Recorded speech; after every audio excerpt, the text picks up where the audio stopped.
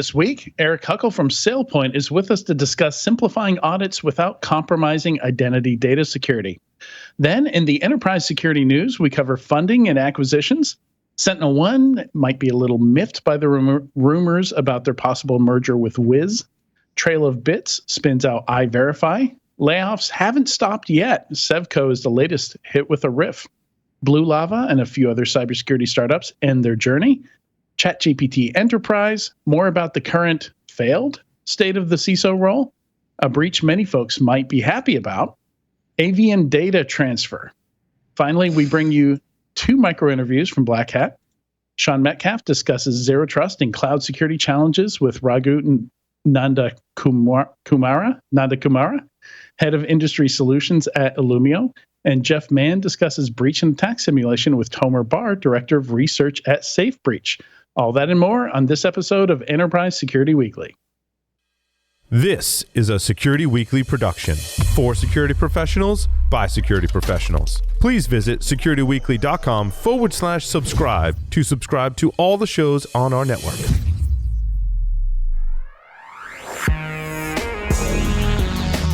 Broadcasting live from G-Unit Studios in Rhode Island, it's the show where we talk security vendors and aren't afraid to name names. It's Enterprise Security Weekly.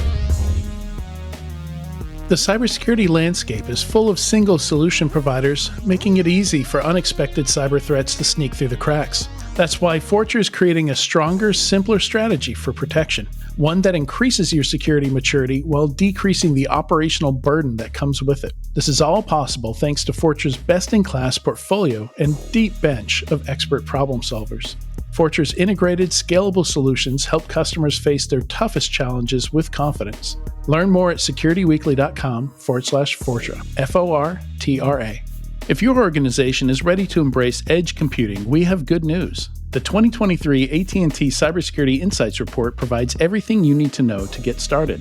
In the report, we identify the common characteristics of edge computing. We found edge use cases are rapidly coming online, and we reveal how to secure edge computing. Most importantly, you'll learn how to prepare for your edge ecosystem. Get your complimentary copy of the report today. Visit securityweekly.com/ATT cybersecurity. That's securityweekly.com/ATT cybersecurity. Welcome to Enterprise Security Weekly and happy National Eat Outside Day. This is episode 330, recorded on Thursday, August 31st, 2023. I'm your host, Adrian Sanabria. Also joining us is the Baron of Bloodhound, the Pirate King of PowerShell, Sean Metcalf. How are you, Sean? Doing good, Adrian. And then there were 2. So there are 2 of us today. I noticed that it's Eat Outside Day, as you said, but it's also Trail Mix Day. So it is the perfect day to eat trail mix outside. Or I guess you can eat it inside. Whichever mix of choice that has peanuts. Or peanuts and M&Ms. We'll have to start combining our special days, our days of the day holidays. But my kids have a national day calendar, and I just remembered, so I ran up during the ad to see what other days it was today, so that way we can form like Voltron and knock out all the days as we go through on Thursdays. Yeah, and I love it because literally me and my girlfriend were planning to go have a hike and have a picnic earlier today before I looked at the fake holiday list. I don't know. Pretty fantastic. It's every day there's at least 6 of these things, and they make me laugh, which is why we include one in the intro every week. I noticed also today is South Carolina Day, so happy day to those who live in South Carolina. Okay. Well, I mean, except they placed that day in the middle of hurricane season. That seems, maybe I would have put it somewhere else in the calendar, because I wonder how many times they've had to celebrate South Carolina Day while evacuating. Right. Well, Godspeed to all those states that are dealing with hurricane issues and evacuations. Yeah, absolutely. It's hopefully that one will spend its energy soon.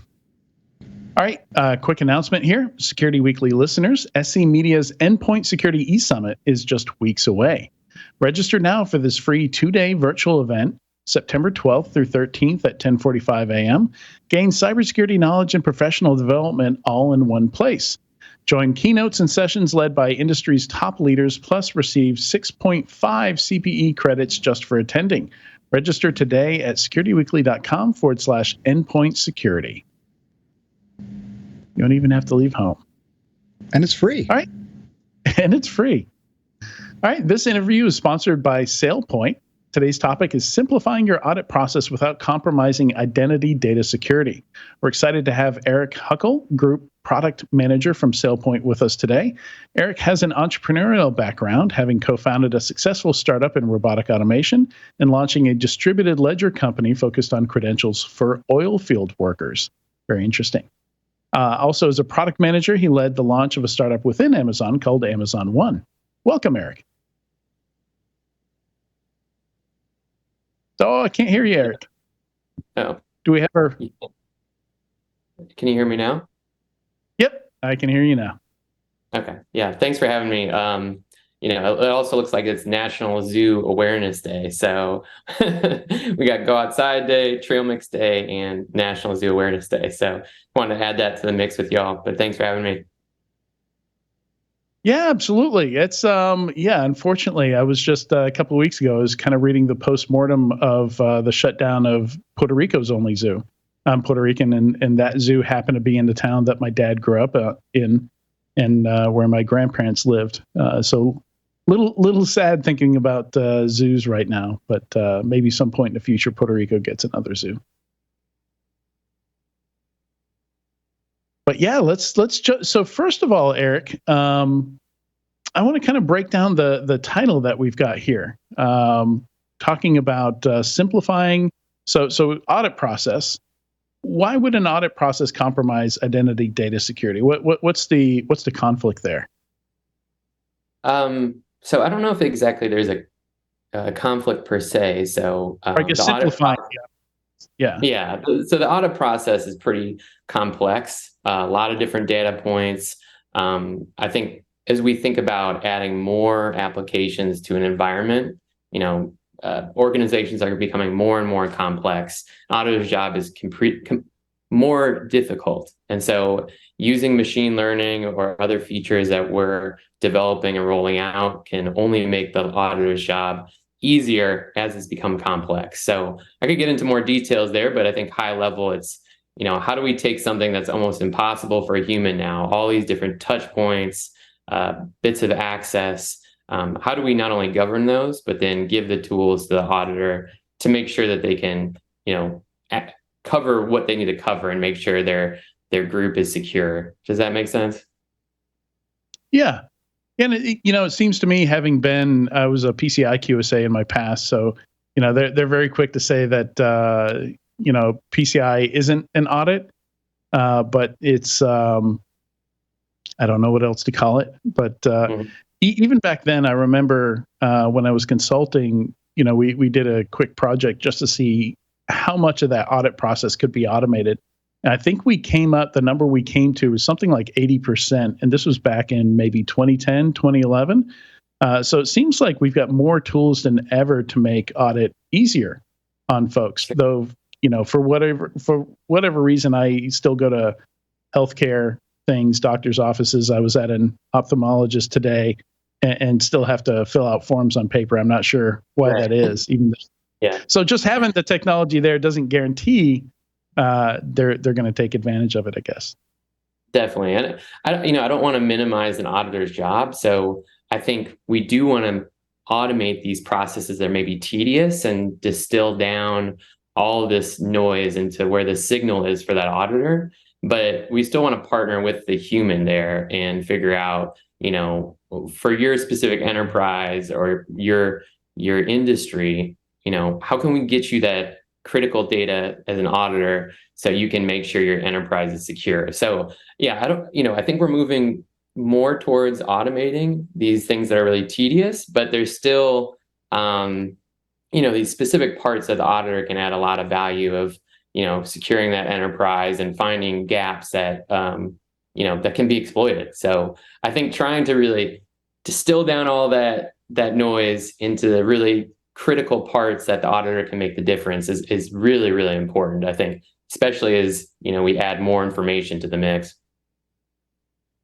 Right. Right. And how do you mentioned AI, large language models, and machine learning? How does that come in here? How does that tie with what we're talking about today?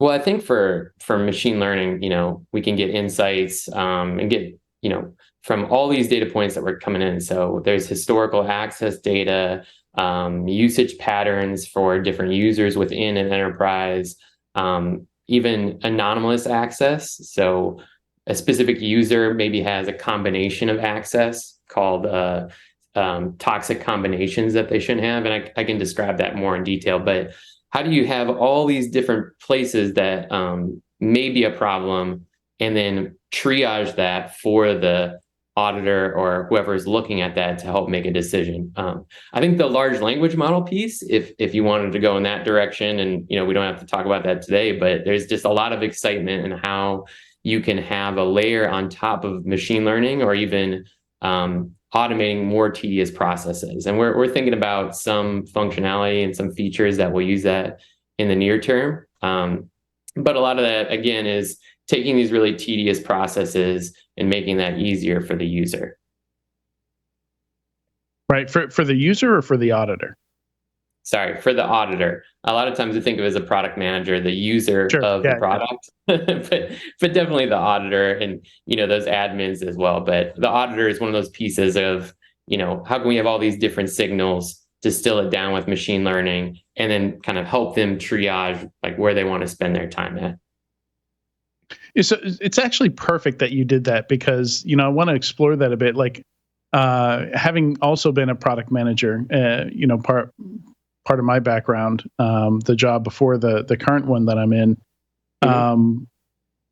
we I don't think we often, at least in the security space, maybe with identity projects, it's more of a focus, but we don't often think of the auditor role as a user of the product. Or a customer of the product, except maybe when we're first building in RBAC, we do think about having like a read-only role, and we typically refer to it as the audit role. But it seems like what you're building for when you're building for audit, there's a lot more to do there with a large identity solution. Definitely, and I think we've moved past that RBAC piece a little bit where. I think initially they created that role, or folks created that role, and then, that's kind of like, we got it, mission accomplished.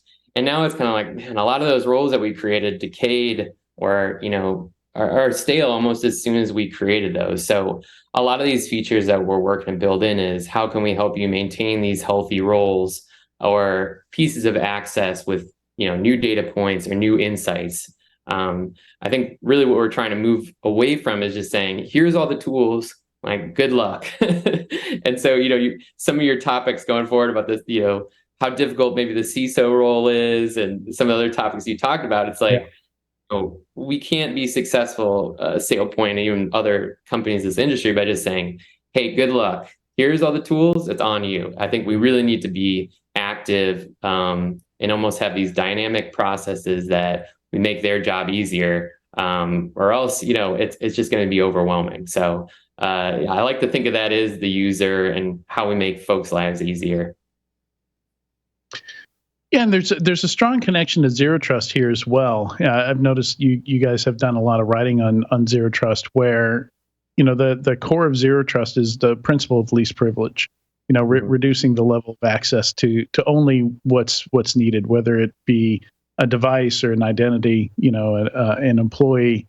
And I suppose auditors do have a role there, because part of their role, I would think, would be ensuring people aren't overprivileged. I think the classic example is somebody moving laterally within the organization from one role to a slightly different role, or maybe a completely different role, and you find they still retain the access to all the old stuff. In fact, I've been a contractor for companies, a pen tester for companies, a PCI QSA, and I recall going back and finding years later that my personal Gmail account still has access to somebody's box or Dropbox or Google Drive or something like that. And I have to call them up and say, hey, could you, I really don't want to see this every time I log in. Could you remove that, please? Yeah. It's even interesting, we're talking about how complex these organizations are.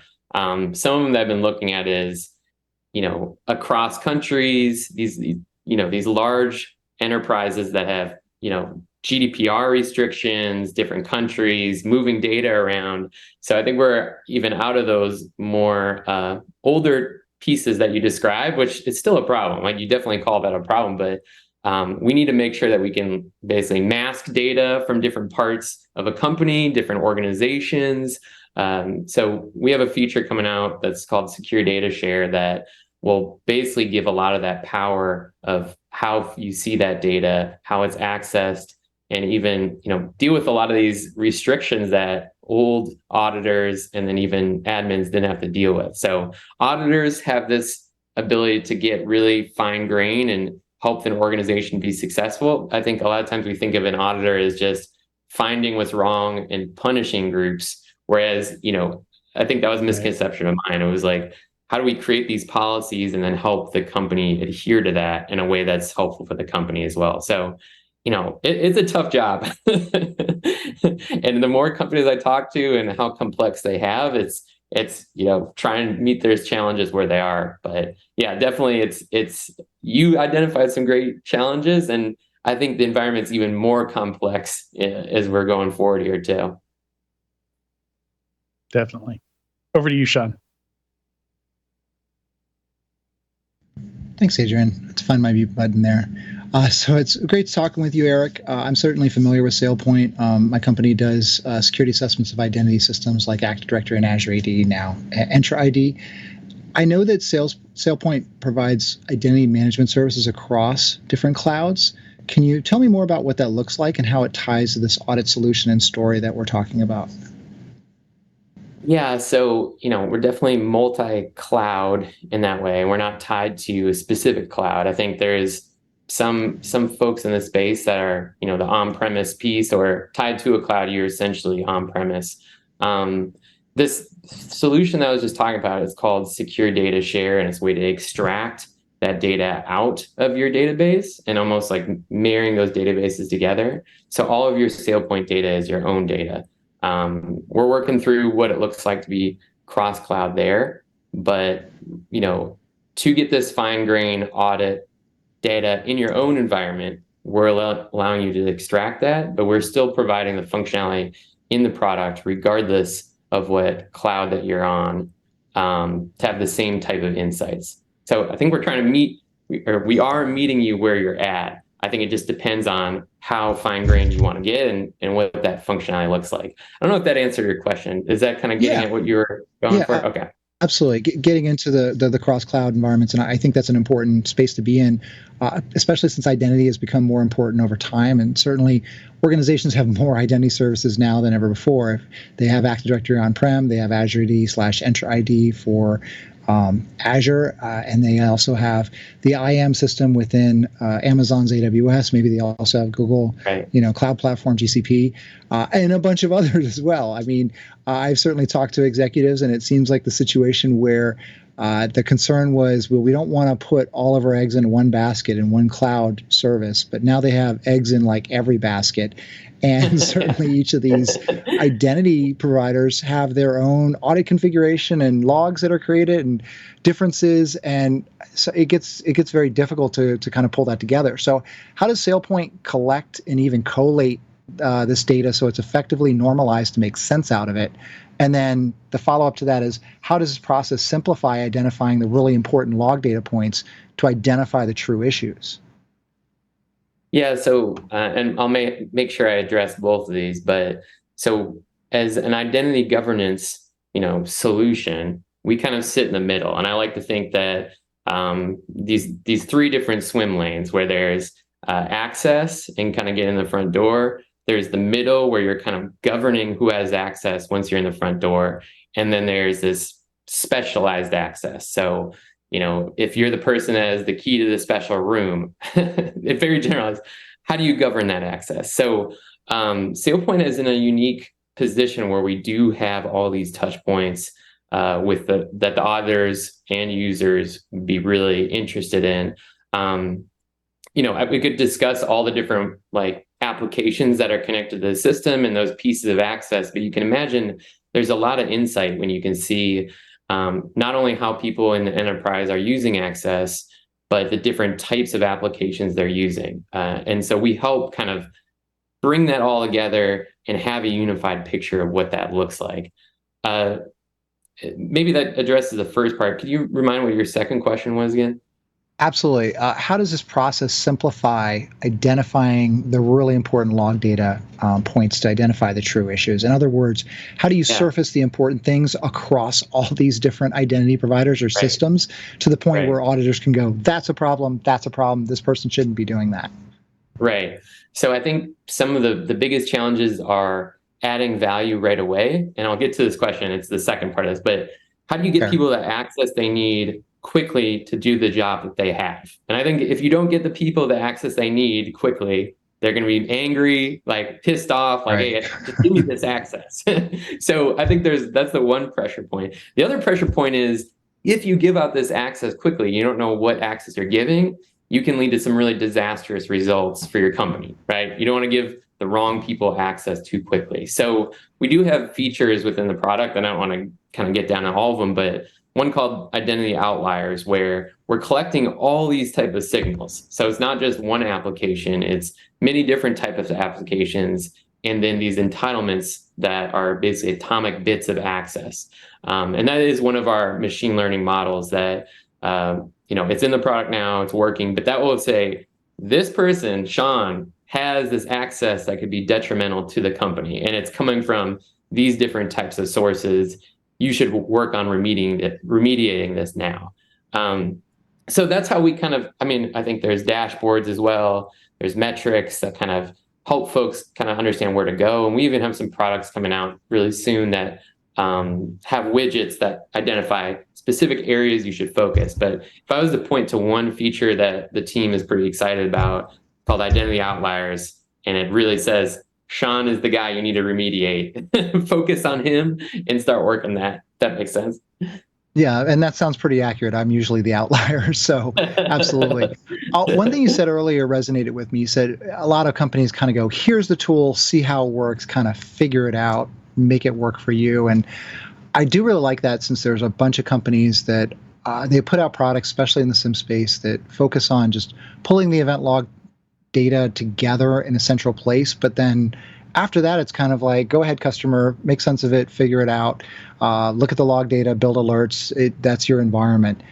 What's your approach to making this simpler for the end user, for the auditor? I mean, you touched on a couple of those things with machine learning, but certainly around these pieces, as you mentioned, like Sean is the outlier. That's great.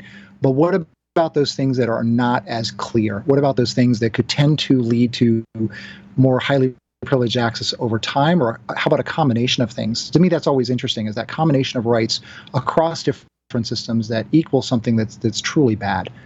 What are your thoughts on that? Yeah, so, to your first point of the, saying, here's the tools, good luck, there is definitely companies that are really well resourced and have the teams to just take all these data points and just, build a version that works for their company. Sure. And I think we'll always have that, ability to do that. But we've also seen budgets really kind of constrained in this environment, and having smaller teams do a lot more with a lot less. So trying to deliver that stuff up to them in a way that's easier is definitely critical for us. So definitely appreciate you calling that out.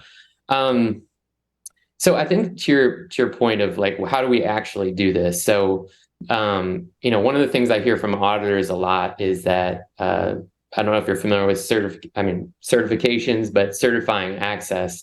You see these data points where hundreds of thousands of certifications, and almost a human has to rubber stamp that because it's so much. like the amount of hours it would take a human in a day to do the due diligence to go through every one of these pieces of certifications and certify that access. How are we making it easier? I think there's these processes that are very time consuming. So, not only saying, hey, this access is not risky, you don't have to certify this. This is something you can auto kind of certify, versus something that, hey, based on these signals, or based on, who has this access, or even how much it's used, you can either revoke it, or, kind of, you should look at this more carefully. So I think that's one of the way. I think another way is, we talked about, you mentioned the LLM piece, and I don't want to get too much, reveal too much, but we do have a feature coming out, or at least the early versions of it that we're going to show, that is writing access descriptions for entitlements. So another thing that's extremely time consuming, where if you don't know what this piece of access is, you can spend all this time to write these out manually. What we're going to do is automate that process and give you a better idea of what this entitlement does, what it provides access to, how it might provide access, and give that signal again that if you provide these pieces of access, it might be one of those toxic combinations that I mentioned before. So there's a lot of different ways that we can kind of attack that. And it's just kind of, trying to meet, I guess, that auditor or that user where they're at. That makes sense. Yeah, absolutely. And a lot of the customers that I've talked to across industry, size, as you mentioned, customers that are very small, maybe they have a team of one, a security team of one, or a security team of 5 or so. Certainly that's concerning for them, because the amount of work that they have to do to figure these things out. 5-10 years ago, they had Active Directory. Now they have Azure AD and Azure. Now they have AWS and the IAM system around that. So figuring this thing out is challenging for them. So anything that can be done by a vendor or in the community that can elevate and show, here are the issues, here are the concerns, that's important. My question is, how does SailPoint identify what highly privileged looks like across all these different identity systems and systems that SailPoint is monitoring and providing, either providing access to it or monitoring that access? In other words, how do you keep up on the current research? How do you identify what it is, as well as when these cloud vendors make changes? Because certainly I monitor the Azure AD roles and see that Microsoft makes changes to what these roles are. Is this internal research, looking at external research, machine learning elements, AI, or something else?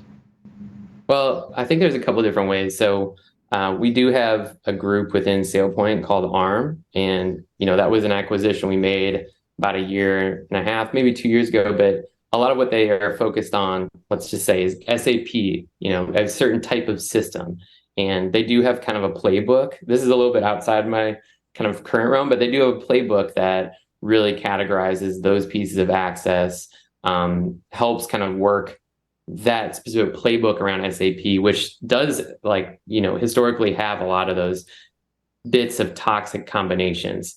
So that's something that they came to the table with. They already had this well-nuanced look at SAP and some other applications, but that's one that we see a lot of for customers that have really spent a lot of time with SAP to kind of build out what that looks like. There's also, think the other way, like cloud entitlements. So we have really good data around cloud entitlements, and we have a lot of, a lot of that information is very clear to the machine learning aspects we can do, to the data science team. But that's a little bit different problem. And, through AWS or Azure or GCP, they provide a lot of information about what those entitlements are, where the risk is, and how to kind of actually control for that risk. So I think it just depends on the different type of access that we're managing, but we do have these different teams, processes, and products within SailPoint that help tackle those different access pieces in a way that that helps our customers. And I think that the AI team and the folks that I work with are trying to unify all those pieces of data, so it's not overwhelming to the customer. It's not just, hey, there's different silos throughout SailPoint. There's this kind of unifying layer, both from the data model, the data platform, and then the data science team that will kind of bring that all together. So yeah, that's a tough, complex question. And I feel like I got to answer it a couple of different ways. And, I'm not on those specific teams, but definitely if someone wanted to learn more, that information's out there. Thank you. Yeah, there was kind of piggybacking off of Sean's question here.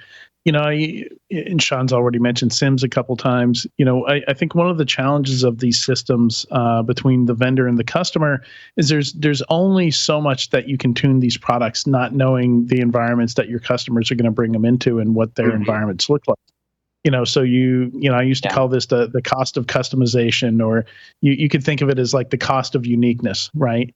Where, what's very concerning might be a critical concern or alert for one company might be totally normal for another one. They just completely ignore it, either because there's something weird in their environment, or they just they're concerned with different risks. But so I guess kind of adjacent to that other question, how do you were talking about the or identity outliers here. I'm thinking of, I've got two examples in mind. Like, think of maybe an insurance company versus a large public university, where maybe one of the things you want to point out to auditors is, oh, this account's been idle. Is this employee left the organization? Does this, what needs to be done life cycle wise with this identity, versus a large public university where it's totally normal to have, I don't know, maybe tens of thousands of accounts be idle for months, or even years if a professor's on sabbatical, for example. Yeah, definitely. I think a misconception for me was that auditors have a certain playbook that they just follow. For every company, it's the same. And this was years ago when I first kind of tried to tackle this problem, but there was just a checklist the auditor would go through. Now I know that the auditor works really closely with that company to understand, what does risk look like? And then how do we put those controls in place to manage that risk? And there'll always be risk. So, maybe your question, it's just, in what situations are we revoking access? What are the policies we can put in place to help us with those controls? And then I think where SailPoint comes in is kind of helping with suggesting policies to close any perceived gaps, add value to how that access model is managed, and make things run a lot more efficiently. So I think that was a good learning point for me. And I don't know if your listeners are all familiar with that auditor role, but it's tough. And, it's a very difficult job, but it kind of evolves, and it's not, just doing your taxes every year or something that's, actually taxes aren't that straightforward. So maybe a bad example, but definitely trying to meet those auditors where they're at and realize that they always have an evolving situation with that company, and, trying to provide the tools that meet, whether it's a university or insurance company or a bank, there's different needs. And like you said, there's probably different perceptions of risk in each of those industries for sure. Right. And, I think worth mentioning there, just to add on there, that there's many different kinds of auditors. Like just saying auditor, I don't know if you're talking about, Big Four external auditors, or the internal audit team, or auditors driven by, internal policy, or auditors, mainly driven by external regulation. So there's, audit runs a wide gamut, in terms of all those factors as well. Definitely. Great call out. All right, back to you, Sean. Thank you. So I'm the identity guy here, Erik, so we're going to be talking quite a bit today. Certainly, auditing identity is a huge challenge, as we talked about. The first part or aspect of this that I see is how do we know that, you mentioned me as someone that has an account. So let's say, how do you know that the Sean account is actually me versus, say, Sean bot? Along those lines, does SailPoint map how access is performed and where the action is coming from through a certain session? So in other words, we know that most of the cloud administration is being done through a browser. If an attacker is able to capture that token, that access token, or that identifier that proves their identity is something to something somehow, if they pull that off of my system or the Sean account system, and then there's Sean bot out there that's using that, does SailPoint identify that and highlight that, or is that something that you have as part of your platform? Well, that's a great question. So, we do, we're working to manage machine identities. So, a lot of our customers or these enterprises don't just have Sean they actually have a Sean bot inside of it doing various tasks. So, thinking about machine identities as just one other piece that we manage is definitely something within the SailPoint purview. I think you're kind of coming at it a little bit more from a adversarial, like, penetration type offensive attack. Right. And so, I think part of this, like I had talked about those almost like those swim lanes before of, the access component, the governance component, and then kind of the privileged access component. So I think there's a lot of different hurdles that you can kind of go through for that attack. And a lot of times SailPoint isn't the first kind of layer, which would be, whatever service you're using, like Duo, to kind of get in the door. But we do capture those signals. And I think going forward, we talk a lot with CrowdStrike, PAM services, I don't know how many names I can add to this podcast, Right. but there's just a lot of different signals. And so for us to continue to manage the governance of those and understand, that privileged access is really important to that access. So if there's some type of anomalous access, that will definitely be a signal. And I think in the future, that is something that we'll say, hey, let's shut down this access. This is a priority, and push that signal to the admin. So I think that's a complex question.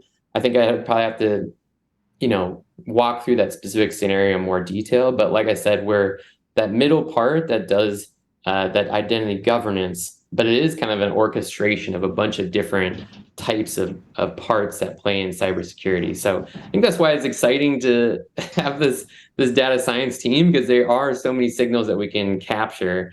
And even with this data platform that we have, it's really a matter of how do we get in all these signals that you're probably describing and then make sense of them. So it's an evolving process. I think we're always going to be trying to stay ahead of the Sean bot, but it is like, it's something that SailPoint works with a bunch of other types of signals outside of us as well to solve that problem, or, at least minimize as much damage as we can.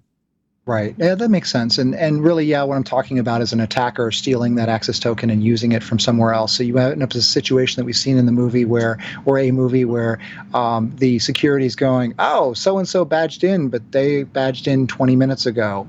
And right. So what's going on here? So effectively, the Sean account is being used for legitimate administration, but there's a second instance of that effectively is coming from a different direction. And the really crazy thing about the situation of stealing an access token from the browsers, MFA has already been satisfied.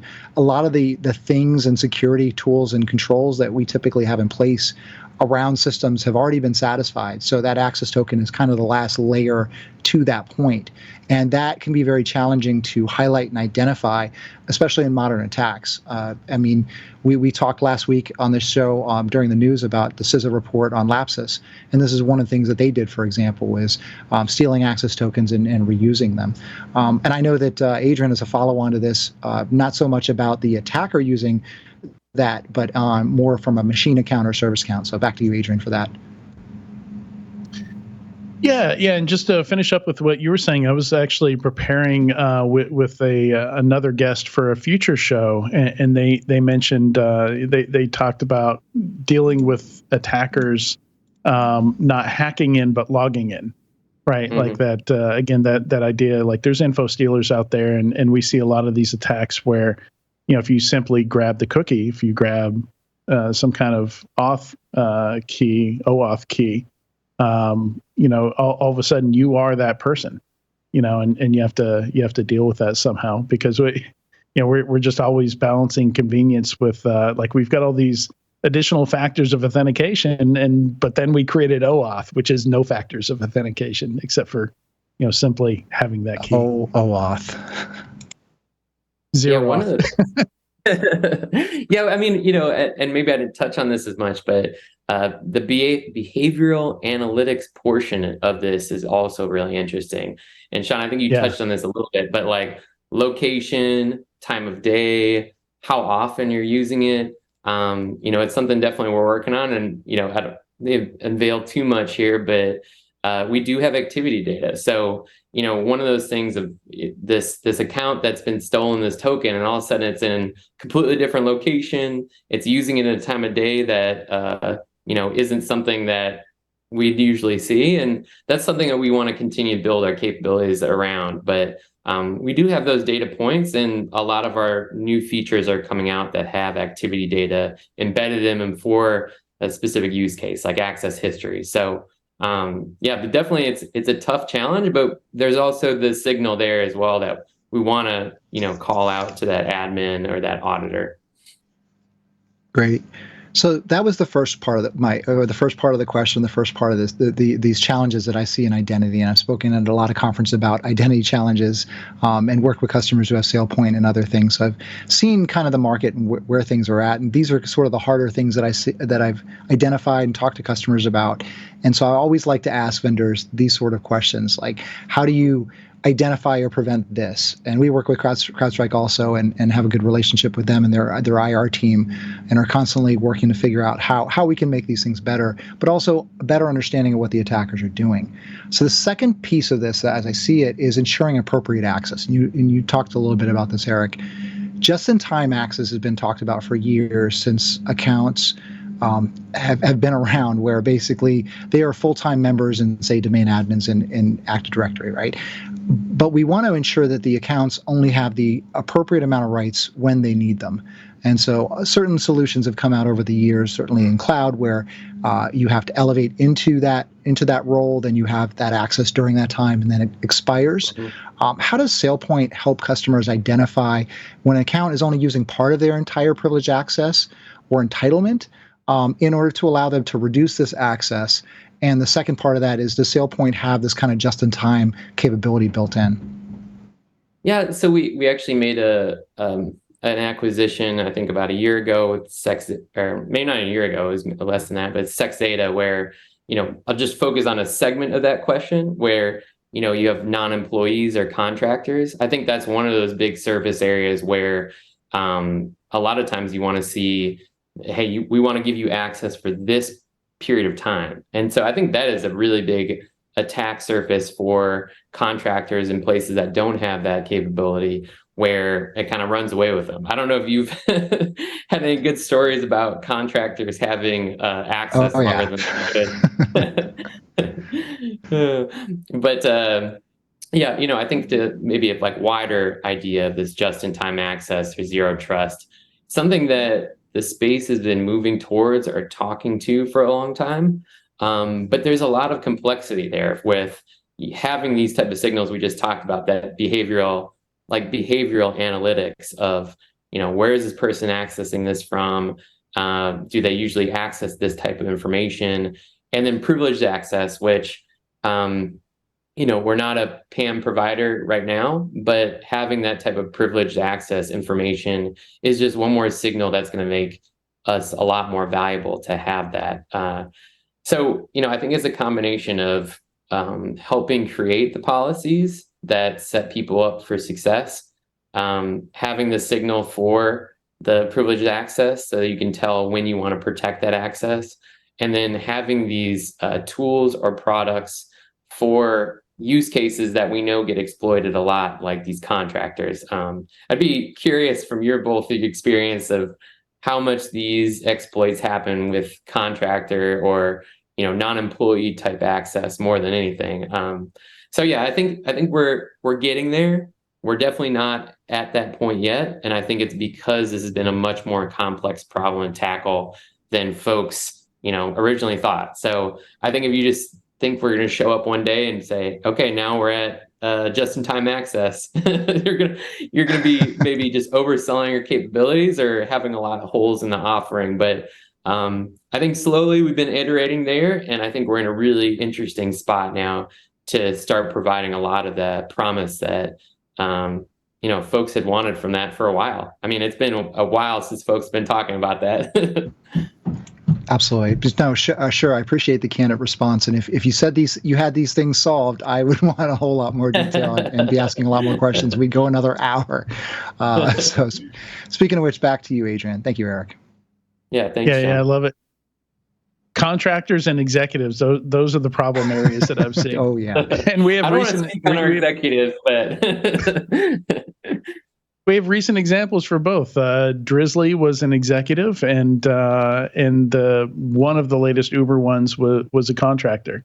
So yeah, it's it's tough. On the one side, some executives want more convenience, and they want to, they demand exceptions from things, and you're not going to tell them no. And on the other side, managing contractors and making sure those accounts come and go when they need to can be difficult. Also, maybe somebody doesn't get the memo that the contractor was let go, or their contract finished, and those accounts 2 or 3 years later, like in the case with Drizzly, this executive left the company, and 2 years later his access to GitHub bit them in the butt.